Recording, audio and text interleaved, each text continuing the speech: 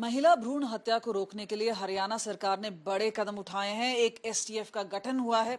हमारे साथ इस वक्त एसटीएफ के हेड हैं वीरेंद्र यादव, सीधा उन्हीं से बात करते हैं। सर, एक बहुत बड़े मिशन के तहत, और आपको बता दें कि हाल ही में अब इंडिया टुडे और आज तक ने स्टिंग भी किया था और ये भी बताया था कि अभी भी इस तरह के सेंटर्स चल रहे हैं और कार्रवाई, और हमने देखा है कि काफ़ी स्विफ्टली हुई। हम बोलें कि हरियाणा गवर्नमेंट ने एक्शन लिया है। पहले तो एसटीएफ का गठन किया गया, 12 अफसरों को शो कॉज नोटिस किया गया है, 1500 एमटीपी सेंटर्स में से 300 को की रजिस्ट्रेशन रद्द की गई है, तो कई बड़े कदम उठाए गए हैं। इसके बारे में तफसील से बताइए। अब बिल्कुल देखिए, लिंग अनुपात का इशू इस साल के शुरुआत से ही था, क्योंकि इस साल में 910 का जब रेशो आया तो वो पिछले साल के मुकाबले 4 पॉइंट कम था, जहां के 914 से 910 आया। तो न केवल हमारे मुख्यमंत्री ने, स्वास्थ्य मंत्री ने जब इसका संज्ञान लिया, तो हमारे एसीएस महोदय ने, सुधीर राजपाल जी ने एक स्टेट टास्क फोर्स का गठन किया, जो पिछले माह की शुरुआत में कहूँ या फरवरी के एंड में इसका डिस्कशन हुआ था। लेकिन ऑफिशियली हम मार्च के महीने से हर मंगलवार को एक स्टेट टास्क फोर्स की मीटिंग में हम लोग मिलते हैं, जिसमें डिसाइड किया जाता है। तो यानी पिछले 2 माह से रेगुलर मंगलवार को ये मीटिंग होती है। इस मीटिंग में न केवल एसीएस महोदय जो उसके चेयरपर्सन है, मैं कन्वीनर के तौर पे सभी डिपार्टमेंट के साथ या डायरेक्शंस जो इशू सिविल सर्जन्स को या जेलों को दी जाती हैं वो पारित करने के साथ पीएनडीटी के जो हमारे डायरेक्टर्स हैं उनके साथ मैं काम कर रहा हूँ। इसमें ना केवल आयुष विभाग को हमने शामिल किया है, हमने ड्रग कंट्रोलर को शामिल किया, स्टेट ड्रग कंट्रोलर को, हमने डीजीएचएस ऑफ कोर्स हमारे जो हैं इसके एक मेंबर हैं, हमने पुलिस विभाग को भी अब इसमें हम शामिल कर रहे हैं, पंचायती राज को भी हम इसमें शामिल कर रहे हैं। अब हम जहां भी हमें लगता है कोई नया मेंबर या कोई ऐसी जरूरत है, हम उसमें एसटीएफ में जोड़ने की कोशिश करते हैं। क्योंकि ना केवल हम ये प्रयास कर रहे हैं, हमने जन जन तक ये बात भी पहुंचानी है कि कन्या भ्रूण हत्या जो है वो पाप, और इससे बचे। और ये एक माइंड सेट चेंज करने के लिए भी हमने डब्ल्यूसीडी डिपार्टमेंट को जैसे इन्वॉल्व किया है।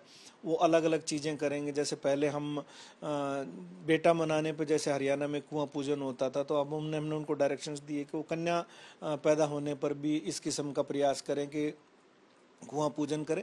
तो इसलिए डिफरेंट डिपार्टमेंट्स का रोल है, जो मैंने आपको बात एक बड़ा फैसला ये भी लिया गया कि 62,000 ऐसी महिलाओं को आइडेंटिफाई किया जाए जिनके पास पहले ही गर्ल चाइल्ड है या बाकी बच्चियां हैं, और उनको भी अपील की गई है कि सेक्स डिटर्मिनेशन ना किया जाए। बिल्कुल एग्जैक्ट मैं आपको एक बात कहूँ तो 62 एग्जैक्टली अगर 1,57,000 के करीब जो है at given point of time हमारे पास जो है वो प्रेग्नेंट लेडीज थी। इनमें से हमने आइडेंटिफाई उन फीमेल्स को करना जरूरी था या लेडीज को करना जरूरी था जो फर्स्ट या सेकंड ट्राइमेस्टर में हो, क्योंकि यूजुअली जो एमटीपी का आपका अबॉर्शन कहते हैं या एमटीपी जो करते हैं वो यूजुअली 12 to 20 वीक्स के आसपास मेजोरिटी उस टाइम पर होती हैं। तो उसको हमने जीरो डाउन करना था। फिर हमने नेक्स्ट जीरो डाउन करना था कि जिनके 1 या 2 लाइव गर्ल चाइल्ड हैं। तो एग्जैक्टली अगर ये डायनामिक नंबर है, चेंज होता रहता है, 62,000 के करीब ये लोग थे। लेकिन उसमें से कुछ ऐसे थे जो अब 20 वीक से बियॉन्ड चले गए, तो जहां परमिशन की रिक्वायरमेंट एक्ट में अलग से पड़ती है। तो 53,460 एग्जैक्ट ऐसी फीमेल्स हैं जो इस वक्त जिनके जो प्रेग्नेंट है, तो उनमें हमने आइडेंटिफाई करके हमने सभी एमओ इंचार्जेस को ये डेटा दे दिया। जिनके पास 1 या 2 लाइव गर्ल चाइल्ड हैं उनको ये डेटा प्रोवाइड कर दिया गया। एमओ इंचार्ज यानी पीएचसी लेवल भी कहूँ, उससे भी आगे सब सेंटर लेवल तक का हमने डेटा सेपरेट किया है। और क्यों किया है उसको मैं आपको बताऊंगा, क्योंकि कैसे किया? क्योंकि ये एक एग्जॉस्टिव डेटा, क्योंकि हमने गवर्नमेंट ऑफ इंडिया के साथ भी मिलकर काम किया। जो RCHID से हमने जो चीजें लेके वो सारा एक जो बैक हैंड से डेटा लेके कलेक्ट किया, वो सारा फिर जिलों को भेज रहे हैं। इन 53,460 लोगों को हम मोबाइल से कॉल करते हैं। ऑन एन एवरेज हम अभी 1200 से 1500 को पर डे कॉल कर रहे हैं, लेकिन हम इसको 2000 से ज़्यादा पर डे में बढ़ाने जा रहे हैं। एक बल्क मैसेज हमने ट्राई से अप्रूव करवाया है, वो मैसेज हम जो है इनको पुश कर रहे हैं। वो हम फोर्टनाइटली या मंथली पुश करेंगे अकॉर्डिंगली। पर ये आप बोल रहे हैं कि जो आपकी जो टारगेटेड महिलाएं हैं उनको कर रहे हैं, लेकिन एक जनरल माइंडसेट की भी बात आती है। आप माइंडसेट को कैसे बदलो? हाँ, उसी के लिए मैंने इसीलिए कहा, मैं इसकी बात करता हूँ। हम माइंडसेट को हम इसलिए कर रहे हैं। आज हम डब्ल्यूसीडी के साथ अभी मीटिंग भी कर रहे हैं, अभी होने वाली है। और वैसे भी जो एसटीएफ की मीटिंग हुई तो उसमें डिसाइड हुआ था कि हम 2 चीज़ें और करने जा रहे हैं। जो डब्ल्यूसीडी में, चाहे वो हमारी आंगनबाड़ी हो चाहे आशा हो, हम इनको इन्वॉल्व करने जा रहे हैं। प्रोबेबली जो डिसाइड हुआ है अभी फाइनली एसीए साहब और जो है प्रपोजल में, हम एक सखी का नाम दे रहे हैं। एक वो महिला जिसकी 2 गर्ल चाइल्ड या 1 लाइव गर्ल चाइल्ड जो है, अगर मैं कहूँ वो है, उसके साथ हम एक अपना स्टाफ जो आंगनवाड़ी वर्कर या उसकी सुपरवाइजर या आशा या हमारी एएनएम उसको हम जोड़ेंगे और वो उसको फॉलो करेगी एंड तक, ताकि बस बच्चा डिलीवर हो, अबॉर्शन ना हो।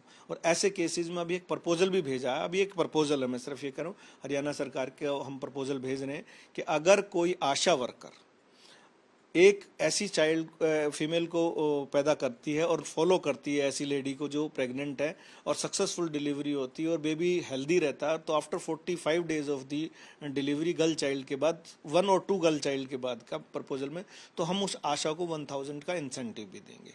तो ये हम आशा को भी इंसेंटिव दे रहे हैं और वो बार बार जब जाके गांव में बात करेगी उस प्रेग्नेंट लेडीज से माइंडसेट के लिए, तो वो भी एक इम्पोर्टेंट पार्ट है। आने वाले दिनों में हम और भी अभियान करने की पर कोशिश कर रहे हैं। ये तो दो तरफ की कार्रवाई भी होती है, क्योंकि जहाँ पे ऐसी चीजें सामने आती हैं जहाँ पे मदद की जा रही है कि एक गर्ल चाइल्ड पैदा हुई है, वहाँ पे इस तरह के लोग भी होते हैं जो कि इलीगल एक्टिविटीज में भी इन्वॉल्व होते हैं, जो बच्चा गिराने के लिए भी काम आते हैं, तो उन पे किस तरह की कार्रवाई? हम सभी को RCHID के लिए हम कंपल्शन कर रहे हैं। आने वाले दिनों में आपको पहले 3 ट्राइमेस्टर्स में आपको यानी up to 12 weeks RCHID create करवानी पड़ेगी ताकि हम उसको ट्रैक कर सकें, और इसीलिए हमने इनको आशा को और इनको अलॉट कर रहे हैं।